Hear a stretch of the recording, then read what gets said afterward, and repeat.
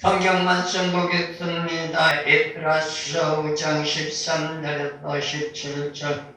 바벨론 왕 고레스 원년에 고레스 왕이 조서를 내려 하나님의 이전을 건축하게 하고 또 느부갓네살의 예루살렘 하나님의 전 속에서 금은 규명을 옮겨다가 바벨론 신당에 두었던 것을 고레스 왕이 그 신당에서 취하여 그 세운 총독 세스바살이라 이름한 자에게 내어주고 일러 가르되 너는 이 기명들을 가지고 가서 예루살렘 전에 두고 하나님의 전을 그 본체에 건축하라 하며 이에 세스바살이 이르러 예루살렘 하나님의 전 기대를 놓았고 그때부터 지금까지 건축하여 오나 오히려 피력하지 못하였다 하였다오니 이제 왕이 선히 여기시거든 바벨론에서 왕의 국호에 조사하사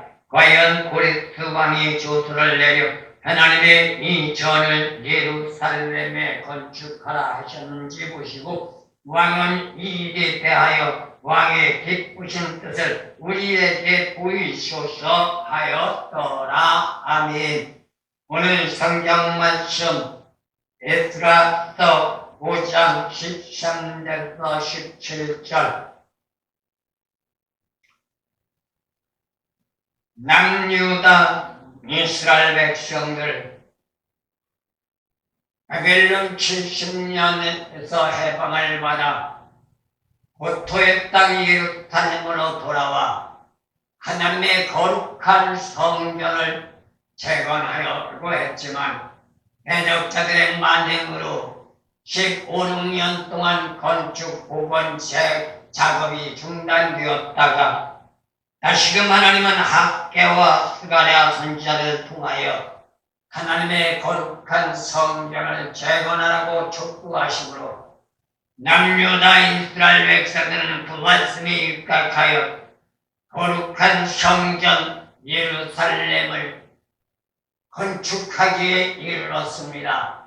그러나 또다시 대적자들은 이를 반대하기 위하여 박드네와 스달보스네에게 고소장을 청구하여 다리오 왕에게 초장을 올리도록 했던 것을 보게 됩니다.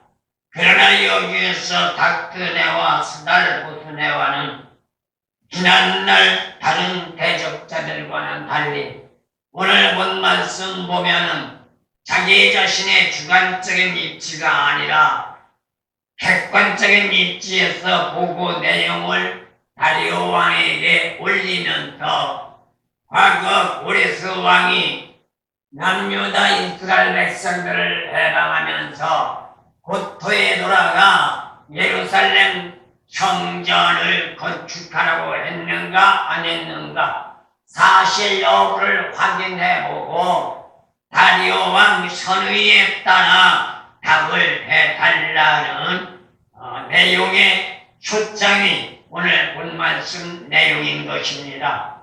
그래서 오늘 성경 말씀의 주제는 고구문에 대한 다리오 왕의 포고령이라는 주제를 잡아봤습니다. 이 세상 삶이 아무리 금상첨화라 할지라도 믿는 자의 삶은 분명한 선의 길을 선택해야 하고 선의 삶을 살아가야 한다는 것 우리는 잊지 말아야 되는 줄로 믿습니다.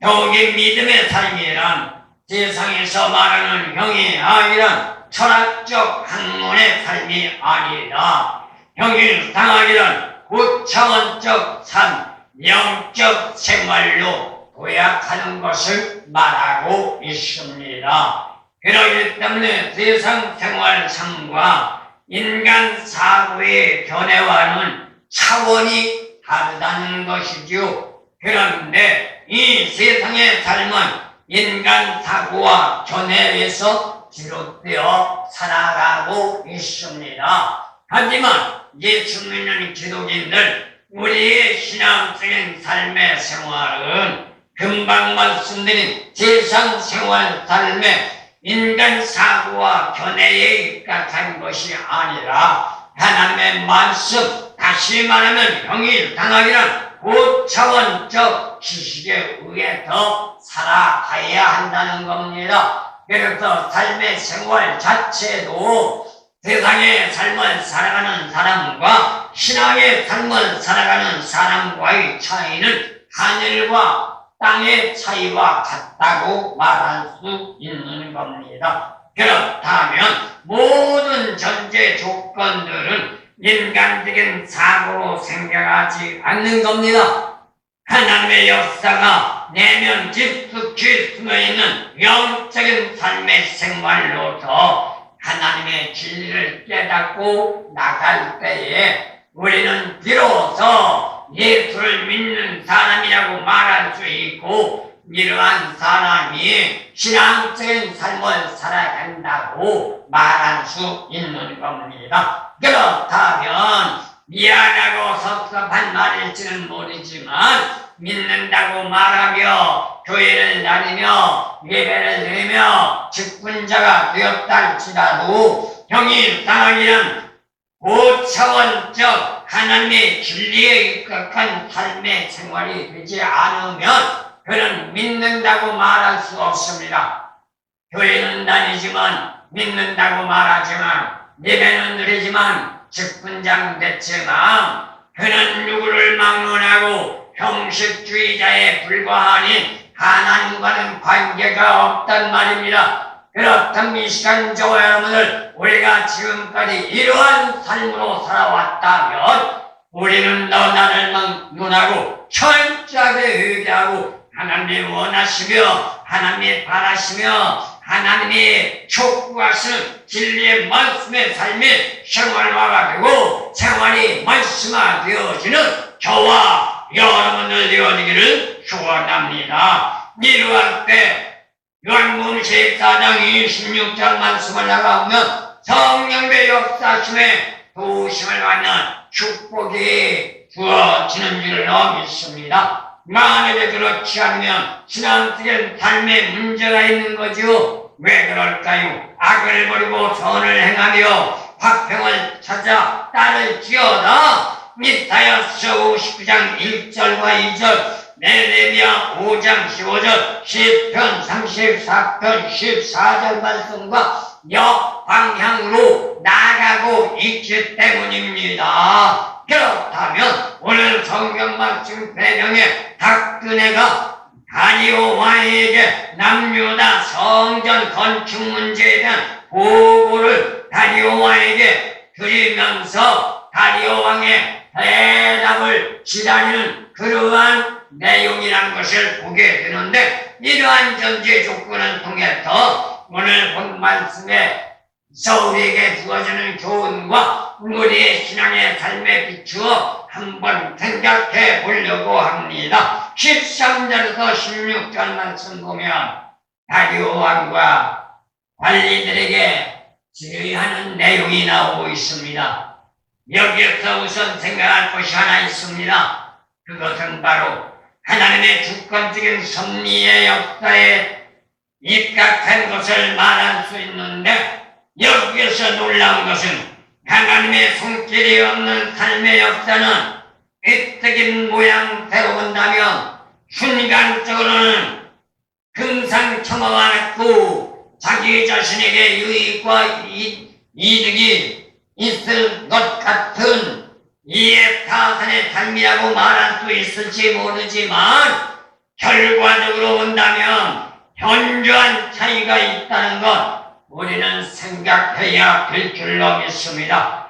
오늘 본 말씀 내용도 이해는 될 수가 없습니다. 왜냐하면 조서를 내린 사실과 함께 물질적인 금은 지명들을 옮기는 일들 그리고 지도자를 임명하는 일들을 볼 때 가감없이 기록되었다는 사실을 말합니다. 그래서 박근혜가 오늘 본 말씀을 기록할 때 자기의 주관적인 입지를 가미한 것이 아니라 전적으로 객관적인 입지에서 사실 그대로를 기록했다는 것을 말해주고 있습니다. 어떻게 본다면 일방적인 것이 아니냐고 푸시를 붙일 수도 있지만 불신자들이라고 해서 거짓말만 한다고 생각한다면 그거는 착오이고 오판이란 말입니다. 왜요? 오늘 본문 말씀의 이 보고 내용을 상승으로 쓴 박근혜는 이방인입니다. 믿는 자가 아닙니다. 선택받은 선민이 아닙니다. 그런데도 불구하고 자기의 개인적인 주관적 사고를 대입하지 않고 사실 여부에 입각한 객관적인 입지에서 기록했다는 것을 볼 수 있기 때문입니다. 그렇다면 설령 불신앙인이라 할지라도 때로는 믿는 자들보다도 양심적인 자들이 얼마나 많이 있는가를 우리에게 교훈해주고 있는 말씀이라고 말할 수 있고, 이러한 역사적인 개념으로 생각해 볼 때 때로는 일반인들이 믿는 자들보다도 더욱 진실하고 의로운 사람들이 있다는 것을 부정할 수 없는 그러한 교훈이라는 것을 말할 수 있습니다. 신학에 와서도 고넬료를 볼 수가 있습니다. 고넬료는 구원받은 자가 아닙니다. 그런데도 하나님을 신뢰했습니다. 하나님의 말씀에 입각했습니다. 선의 일을 추구했습니다. 그렇기 때문에 고넬료는 그의 가정에 베드로를 통하여 구원받는 역사가 나타났던 것을 볼 수가 있습니다. 이것이 바로 기독교 신앙이요, 하나님의 역사요, 예수 믿는 삶의 기반이 될 수 있는 전제 조건이라고 말할 수 있는 겁니다. 그런데 문제가 있다면 일반적인 선한 삶만 가지고는 구원을 받을 수 없다는 게 문제가 되는 거지요. 그래서 구원이란 두 글자를 성립시키기 위해서는 어느 시대를 막론하고 너나를 막론하고 예수 안에 삶이 되어야 한다는 것 우리는 잊어서는 안 될 줄로 믿습니다. 그런데 오늘 말씀을 생각해 볼 때에 1장 말씀을 비교해 볼 수가 있습니다. 이유가 있다면 성전 건축에 대한 고레스왕의 포호령은 세계 만국을 그에게 주신 여호와 하나님 명령에 의한 것이라고 1장 2절에서 피력해 놓고 있는 것을 보게 됩니다. 고레스도 이방인이지만 하나님의 말씀에 입각한 이스라엘 백성들을 해방시켰고, 이스라엘 백성들을 해방시키는 것만이 아니라 이스라엘 백성들이 돌아 고토에 돌아가서 하나님의 성전을 건축할 수 있도록 바벨론 왕이 이스라엘에서 가져왔던 모든 금은 보화를 내어주며 이것을 가지고가 건축의 기반과 기틀을 삼으라고 명령했던 것을 보게 됩니다. 그런데 오늘 본장에 들어와서 본다면 단지 고레스 왕이 조서를 내어서 성전을 건축했다는 것으로 간단하게 기록하고 있습니다. 여기에는 6장 3절 말씀을 알아볼 때 기록하는 기술적 차이가 있다고 말할 수 있는데, 이유가 있다면 바사 제국의 관리자들의 입장이라고 말할 수 있습니다. 이들은 선민 믿음의 사람들이 아니기 때문입니다. 그러다 보니 자신들의 소견대로 기록한 것이지요. 단편으로 생각하면 당연지사라고 말할 수 있습니다. 그러나 문서 기록이란 곳이 하나만 잘못되어도 그 문서가 제시하는 방향은 엉뚱한 방향으로 흘러나간다는 걸 우리는 알아야 합니다. 그래서 공문서나 아니면 어떤 역사적인 기록이나 회의의 문서를 기록할 때 토시 하나도 틀리지 말아야 하고 문맥상도 틀리지 말아야 합니다. 그렇지 않으면 그 순간엔 아무런 문제 없을지 모르지만 시간과 세월이 흐르게 되면 그 전제 조건은 엉뚱한 방향으로 흘러나가 엉뚱한 문제를 발생할 수밖에 없단 말입니다. 그렇기 때문에 공명전대성을 유지해야 하고 믿는 자의 삶의 생활은 진리 안에서 성립되어야 할 것을 말하는 것입니다. 그래서 고레스 왕은 사실 여부에 대하여 질문하는 겁니다. 성전 건축을 명령한 사람이 누구냐? 성전 건축을 시행하는 사람들이 누구냐? 이렇게 질문한 겁니다. 이러한 사실에 근거하여 다리오 왕은 보고문을 처리하려고 했던 겁니다. 반면에 바사 제국의 관리들은 이에 대해서 유다 백성들의 성전 건축 보건 작업에 대하여 사실을 간략하게 요약해서 대답했는데 그 배경이 일장에 대한 역사적인 사실을 언급하면서 바로 기록했던 겁니다. 그리고 3장 8절에서 13절 역사도 언급한 것이 오늘 성경 말씀 16절이라고 말할 수 있습니다. 하지만 16절에서 말하고 있는 내용은 성전 건축 복원 작업에 대한 역사나 바사왕 고레스 시대부터 바사왕 다윗을 말하는데 이는 남유다 백성들을 위한 대변이라고 해도 박근혜 자신의 의도적으로 사실 여부를 왜곡한 것이라고 말할 수 있기 때문입니다. 왜 그럴까요? 분명코 남유다 이스라엘 백성들 성전 건축을 아직 시작한 것이 자유해방을 받고 고토의 땅에 돌아온 지 2년 2개월 만에 시작했지만 얼마 하지 못하여 중단됐습니다. 그리고 15년 동안 성전 건축 엄두도 내지 못하다가 학계 선지자와 스가랴 감장을 통하여 하나님의 촉구하시는 명령을 듣고 그들은 다시 시작했기 때문입니다. 또한 두 번째, 박근혜가 다리오와에게 지휘한 내용이 17절에서 나오고 있습니다. 이제 군장을 마무리 짓는 단계라고 볼 수 있습니다. 박근혜가 다리오와에게 지휘하는 것으로 군장 내용이 마무리되지만 그러나 몇 가지 교훈이 있다는 걸 우리는 생각해 보게 되는 겁니다.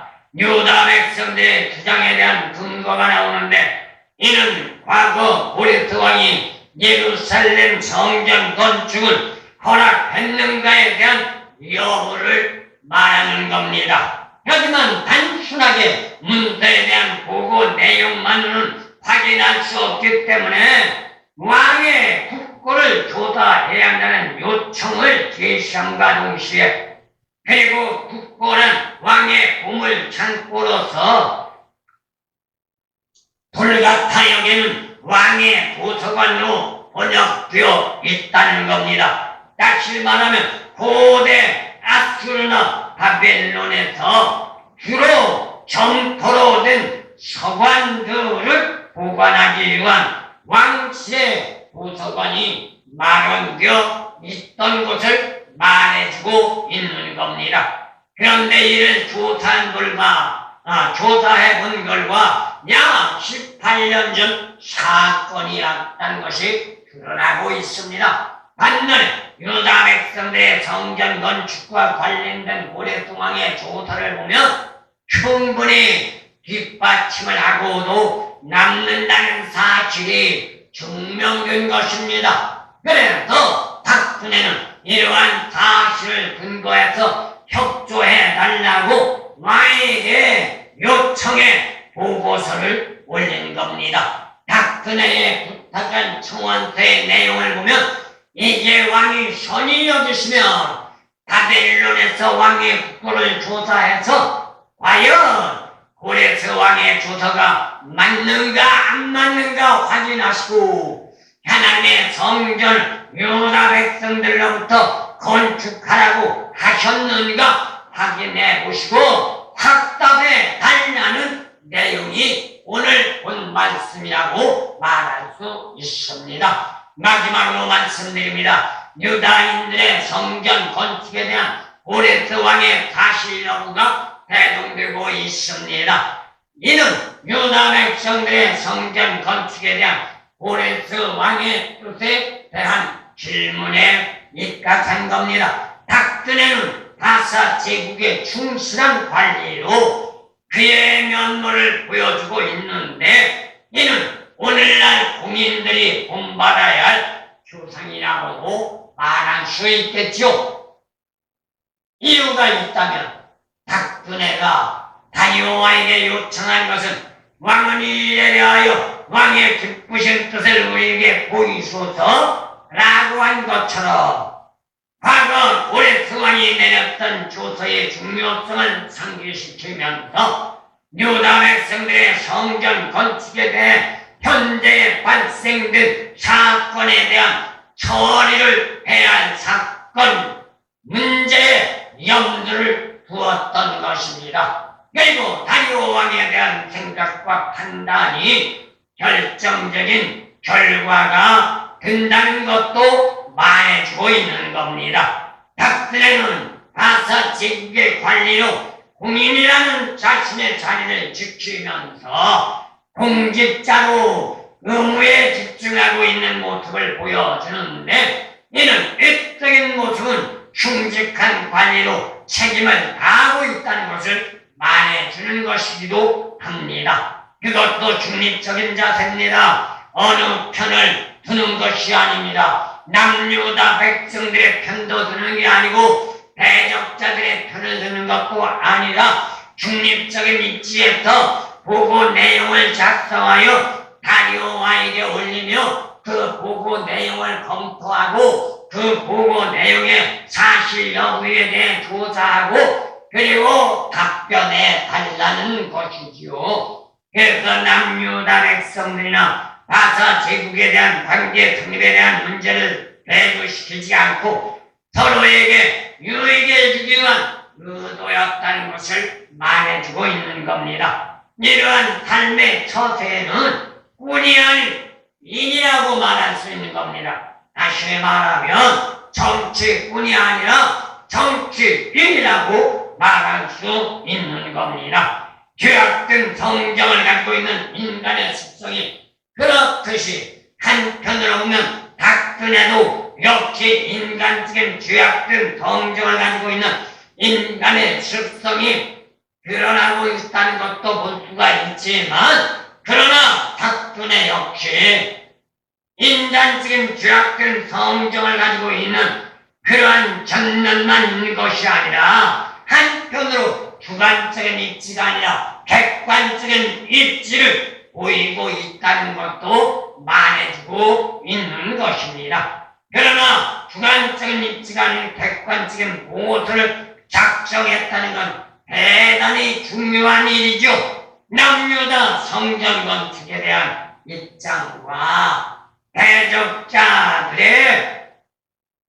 만행에 대한 세부적인 것을 기억하면서 부정적인 결정이 내려지도록 교묘하게 사실 여부를 왜곡시켰다고 말할 수도 있겠지만, 박근혜의 계획에도 불구하고 다리오 왕을 보면 이러한 보고서를 받은 다리오 왕은 자신의 결정이 내리기까지 성전 건축을 중단하지 못하도록 했다는 겁니다. 내가 결정을 내리고 내가 답변할 때까지 남유다 백성들 성전 건축을 중단시키지 말고 그대로 이행하도록 내버려 두라는 겁니다.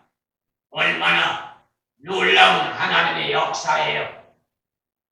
보편적인 입지 같다면 이러한 전제 조건이 대입됐을 때 이러한 문제가 올라왔으니 이제부터 내가 답변할 때까지 성전 건축을 중단하고 기다려라 라고도 말할 수 있지만, 다리오 왕은 그렇게 하지 않았다는 겁니다. 그래서 다리오 왕은 자신의 결정이 내리기까지 성전 건축을 중단하지 못하도록 하면서 고레스 왕의 조서의 사실 여부에 비추어 정상적으로 성전 건축을 하도록 포고령을 내린 결과가 나오게 된 것입니다. 이거는 다리오 왕의 생각도 또한 박근혜의 견해도 아닌 하나님의 역사가 개입했기 때문입니다. 남유다 백성들이 하나님 믿는 믿음의 삶의 진실함과 그리고 하나님을 신뢰하는 신실성을 가지고 하나님을 경외하며 마음과 뜻과 정성을 다하여 하나님의 원하는 뜻을 성립시키겠다는 각오와 결단을 가지고 성전 건축에 임했기 때문에 이러한 역사가 일어났다는 것을 말해주는 겁니다. 이건 남유다 이스라엘 백성들의 응답이요 하나님의 역사의 성취요 하나님의 영광이 만방에 드러나는 결과라고 말할 수 있는 겁니다. 그렇다면 우리들도 예의는 아닙니다. 아무리 시대적인 환경과 여건과 조건들이 혼탁하여 혼란스러운 시대에 나가는 게 힘들고 어렵다 할지라도 오늘 본 말씀 남유다 이스라엘 백성들처럼 하나님의 원하며 바라며 소원하는 걸 성취하기 위하여 힘들고 어려워도 각오와 결단을 가지고 부단히 주력하며 하나님의 뜻을 이루어 나간다면 하나님은 남유다 백성들을 도와주셨던 것처럼 저와 여러분들도 도와주시는 축복이 있어질 줄로 믿습니다.